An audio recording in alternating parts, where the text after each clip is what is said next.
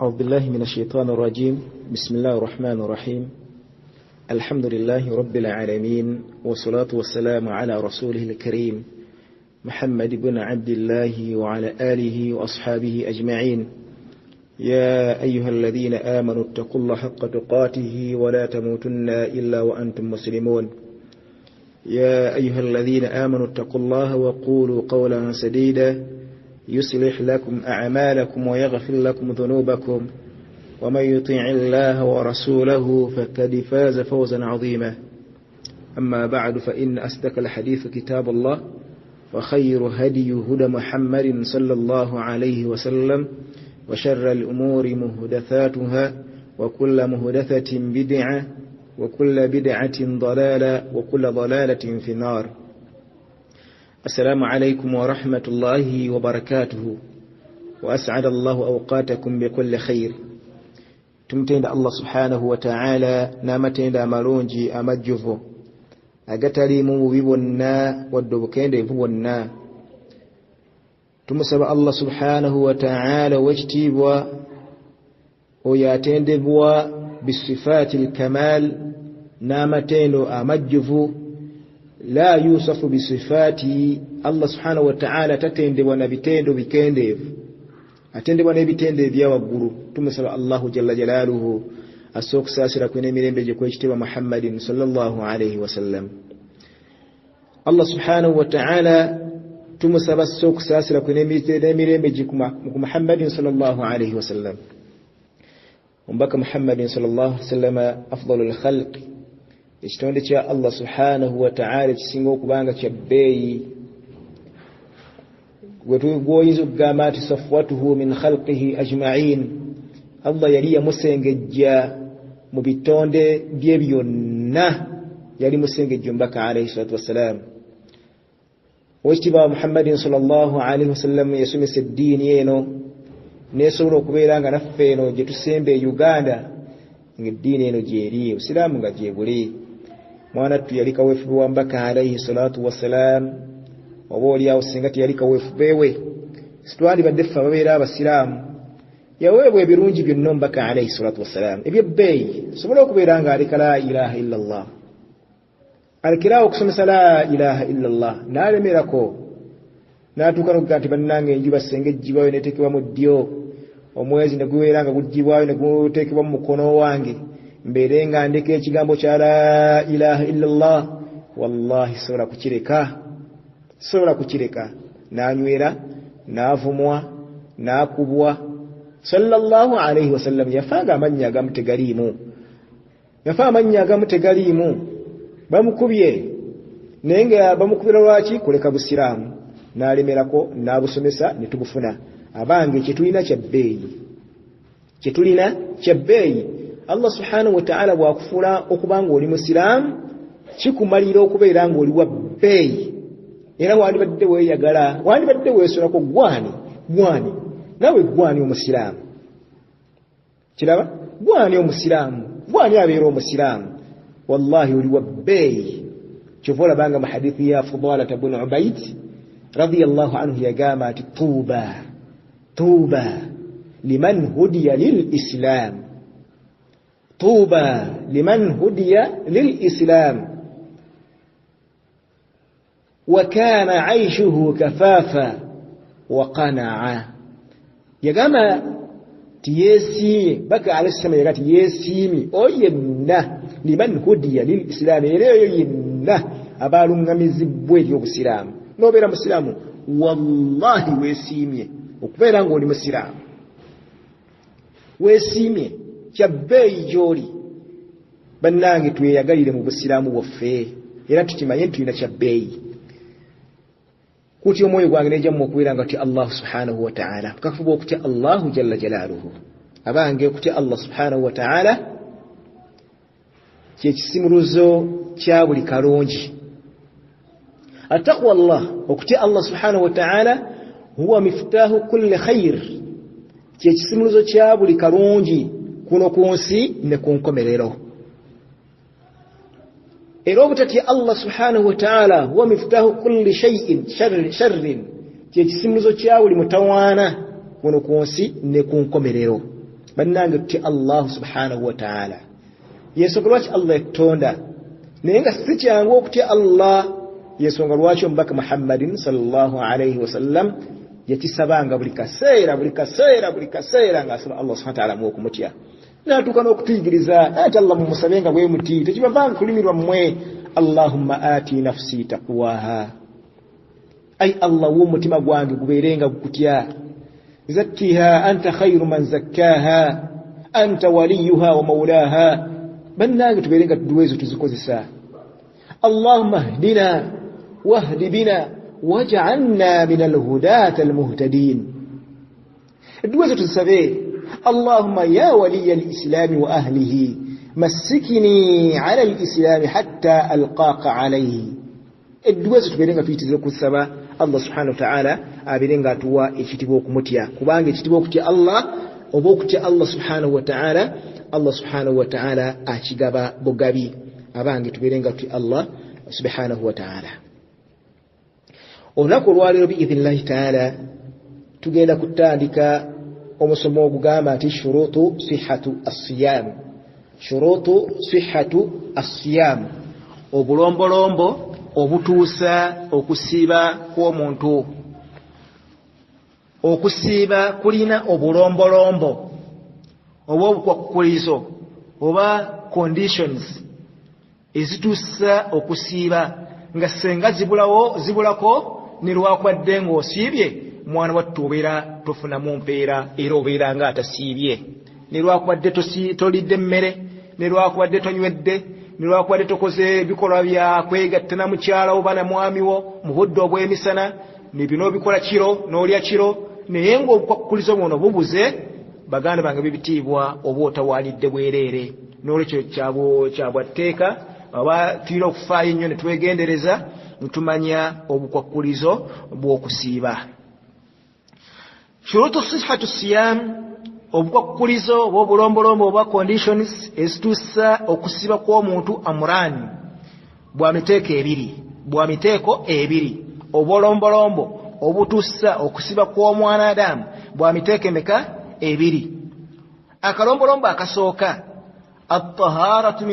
min al-hayd wan-nufas ye muntu yenna okwetukuza n'abeera nga tayina hayd n'abeera nga talina nifas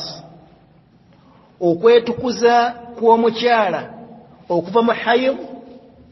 okwetukuza kw'omukyala okuva mu nifas kamu ku bulombolombo obutuusa okusiiba kw'omwana adamu at-tahara kitegeeza kwetukuza okwetukuza okukwetukuza min al-hayd haydi nkakasa nti ffenna tumanyi kitibwa hayd gwe musaayi gw'obulamu ogufuluma mu mukyala yenna ogulaga nti mulamu omukyala yenna bw'abeera nga mukyala ng'akuze n'abeera ng'asobola okumiisinga emyezi nga talwadde nga oba tamufulumizza musaayi ogwo tabeera mulamu era ekigambo kino kyetaaga n'okukyusibwa kikyusibwe omukyala olwaleero kimanyiddwa nti bw'agenda mu nsonga omusiŋŋaana ng'agamba nti naluwadde mwana wattu oba tolwadde wabula oba oyolesezza obulamu kubanga obutalowaalaabwo obutafulumyabwo musaayi ogwo kimu kubitegeeza nti oli mulwadde n'olwekyo omusaayi ogwo kufulumamu kimu kubitutegeeza nti oli mulamu omusaayi ogwo gufuluma luvannyuma lwa buli mwezi omukyala yenna omulamu ateekeddwa okubeera ng'alwala buli luvannyuma lwa mwezi nga se ku nsonga kituliko kitegeeza nti omukyala bw'abeera ng'ali mu mbeera efaanaganako bw'etyo kitegeeza nti talina kusiiba mpaka ddi mpaka lw'anaatukula okuva mu hayidi ng'ewedde n'anaaba olunaaba lwenkakasa nti ffenna tulumanyi singa tunaaba tetulumanyi tujja kubuuza biizinillahi taala nti banaaba batya ensonga ey'okubi mu nsonga eyo era kwe kutukula okw'oluvannyuma lw'omukyala okuzaala oluvannyuma lw'omukyala okuva mu kuzaala omusaayi ogwo ogujja oluvannyuma lw'okuzaala gusobola okuluusa okutwalira ddala ebbanga saala n'atuuka n'okutuuka mu nnaku 40 oba omwezi mulamba oba wiiki 2 ng'ali mu mbeera efaananako bw'ekyo omusaayi gukyajja talina kusiiba omukyala oyo dirwasiiba ng'amaze okubeera nga yeetukuza okuva mu mbeera efaananako bw'etyo olunaaba olwa hayili n'olunaaba olwa janaaba n'olunaaba olwa nifaasi zonna zifaanagana tezirina njawulo ennaaba bw'etyo bwefaanagana ennaaba eryemu n'okyo okuva kw'omukyala mu mbeera efaananako bw'etyo olwo nno kimukakasaako okubeera ng'anaaba olwo nno ajja kubeera ng'asiiba bw'abeera ng'amaze okutukula kamu ku bulombolombo obugenda okukkiriza okusiiba kwe omukyala ne bw'anaasiba omwezi mulamba naye ng'ali mu mbeera efaananako bw'etyo okulegeza ng'okwa nifaasi takkirizibwa kubeera ng'asiibwa okutuusa ng'amaze okubeera nga atukula ensonga eyo biidhinillahi ta'ala tujja kugyogerako okusingakaawo mu maaso awo gye tulaga mu maaso gye tulaga biidhinillahi ta'ala akalombolombo akokubiri anniya okuleeta enniya abazungu bakita intention okuleeta enniya fa inna as-sawm ramadan bannanga okusiba omwezi gwa ramadan ibada nkulu nnyo mu busiraamu fala yasihu illa binniya kasairi al-ibadati okusiba tekutuuka okuleka ng'omaze kuleeta nniya ng'emirimu emirala olwaleero omusajja bw'asaala nga talina nniya essola y'enfu omusajja bw'agenda mu hijja n'atandika kukola bukozi mikolo gya hijja nga talina nniya enniya y'enfu kivola nga tutuuka e Makka tubanuyiriza ne mutandika okunuyirira teri ibaada yonna mu busiraamu ekolebwa nga tolina nniya Allah subhanahu wa ta'ala n'agikkiriza lwekyo bannanga okusiiba mwezi gwa Ramadan ibaada nkulu era tetuuka okuleka nga omuntu amaze kuleeta nniya nga ibaada endala bwe zikola bitya bwe zifaanagana Allah subhanahu wa ta'ala yagamba mu Qur'an al-Karim wama umiru illa liya'budu Allaha mukhlisina lahu ad-din hunafaa bannanga tetwalagirwayo okusinza kintu kira kyonna ekitali Allah subhanahu wa ta'ala tuyina kusinza Allah subhanahu wa ta'ala yekka nga tumutukuliza ddala okutukuliza okwo kwayogerako ye nniya eyo n'omutukuliza ddala Allah subhanahu wa ta'ala ku lw'eyo eddiini omulimu guno wengenda okukola ogw'okusiiba ngenda gukola lwa busiraamu bwe bwandagira okubeera nga nkola omulimu ogwo n'otagukola lwa nsonga ndala yonna baka Muhammad sallallahu alayhi wa sallam yagamba innamal a'malu binniyati abanga omulimu gwonna ogukolebwa mu busiraamu gukolebwa na kumalirira n'okumalira okwo ye nniya gyenjogerako n'olwekyo okusiiba kugenda okusiiba tekujja kutuuka okuleka ng'omaze kuleeta nniya wali anna al-imsaak bannanga okusiiba omuntu asobola okusiiba ng'okusiiba kwagenda okusiiba li'adami yennyini yakwetaddeko nagati leero kansiibeko sigenda kukola ki sigenda kulya awil ijtihaa'i oba omuntu asobola okubeera nga talina apatayiti sina apatayiti erya nyokyo leero sijja kulya simpulira nga sina apatayiti awu maradun omuntu asobola obutasiiba omuntu oba asobola okusiiba omuntu asobola okusiiba limarad olw'obulwadde oyinza okugenda mu ddwaliro ne baba bakujjanjaba omusawo n'agamba ti eddagala lino lyetukkubye olina okuyisaawo essaawa 12 nga tolya nga tolidde kantu oba tutadde kantu mu lubuto okwo okusiiba obeera osiibye aw riyadatan waliwo abantu abagamba ti sijja kulya njala kukola figa bino bisiga biri mu bakyala nati sijja kulya sagala gejja njala kukola kafiga kange au ghairu dhalik oba ekirala ekitali ku ebyo fala yata'ayyana illa binniya ebyo binnyini ebyo betuwogeddekaawo tebisobola kubeerawo okuleka ng'oyina enniya yaabyo nata leero sijja kulya mpulira saagala leero sijja kulya sina appetite leero sijja kulya ndi mulwadde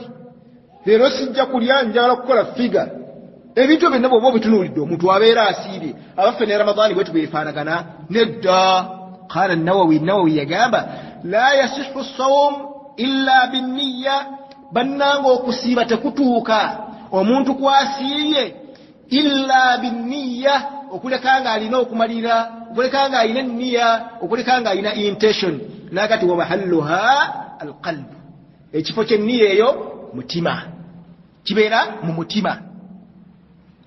awo nno olwaleero nga tukyayimiriddekaawo edda bwe twabanga tukyali baana bato baatuzuukusanga bakadde baffe okulya ddaaku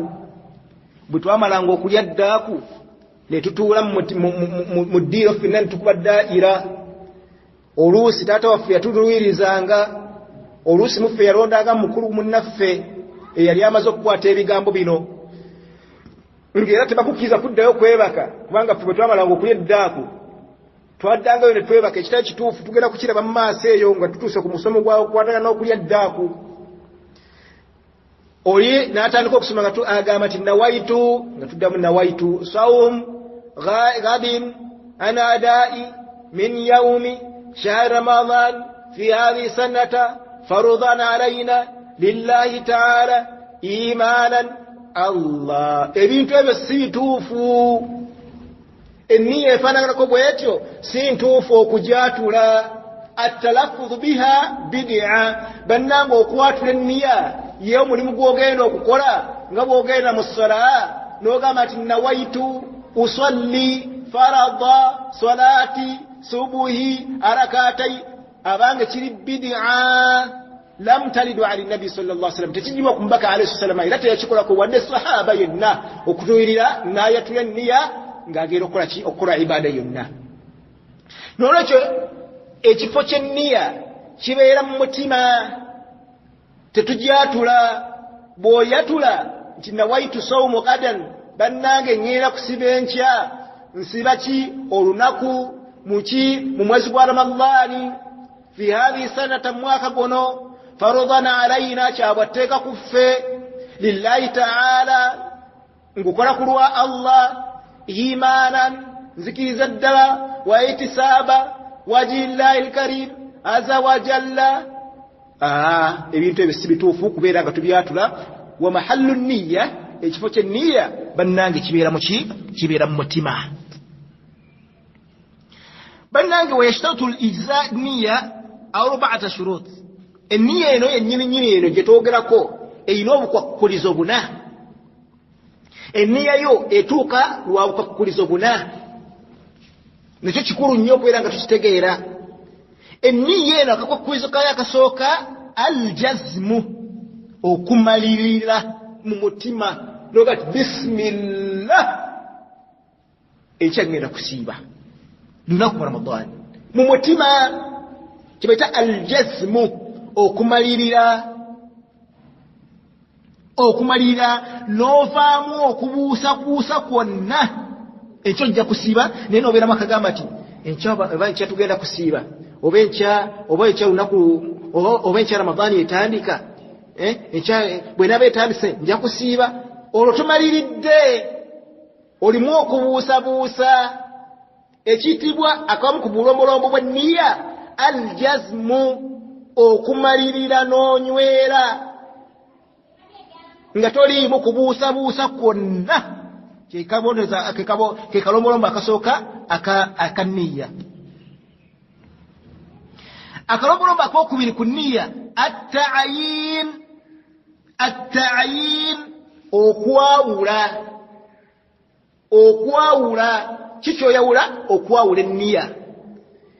abaffe ogenda kusiiba lunaku lweru abaffe ogenda kusiiba shawwal abaffe ogenda kusiiba mande abaffe obogera kusiba Ramadan okwawula enniya akalombolombo k'enniya at-ta'yin oteekeddwa okwawula ekyo kyoleeterako enniya kiki ogenda kukola ki kibayita ta'yin okwawula enniya kikyogenda okusiiba kubanga okusiiba tukulebe kungi bw'otulako emabega gye tugambye nti omuntu asobola okusiiba nga yakiyitiriddewo naba nze nsiibye twasobola okusiiba nagati siina appetite nze nsiibye twasobola gati musawo yaŋŋaana okulya ndi mulwadde nze nsiibye twasobola gati nze njala kukola figa nsiibye okukusiiba ne at-ta'yin okwawula ekikusiibisa kiki kusiiba mwezi gwa Ramadhan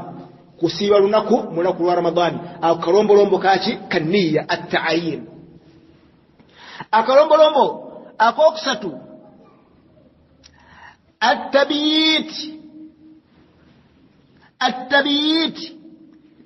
kitegeeza okuddiŋŋana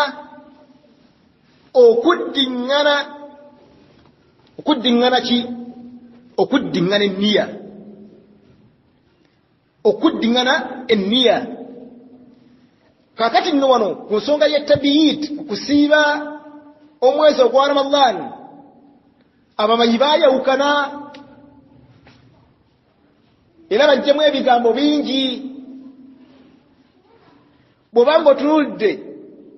enniya eno okuginniŋŋana ebeerawo buli ddi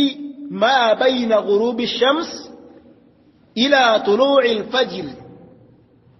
ebeerawo enniya eno nti enkyanja kusiiba ng'enjuba kyejjeegwe nga alfajiri tennaba kuvaayo oba bitegereka enniya eno kyategeeza at-tabiit okugiddiŋŋana ey'okusiiba mwezi gwa Ramadan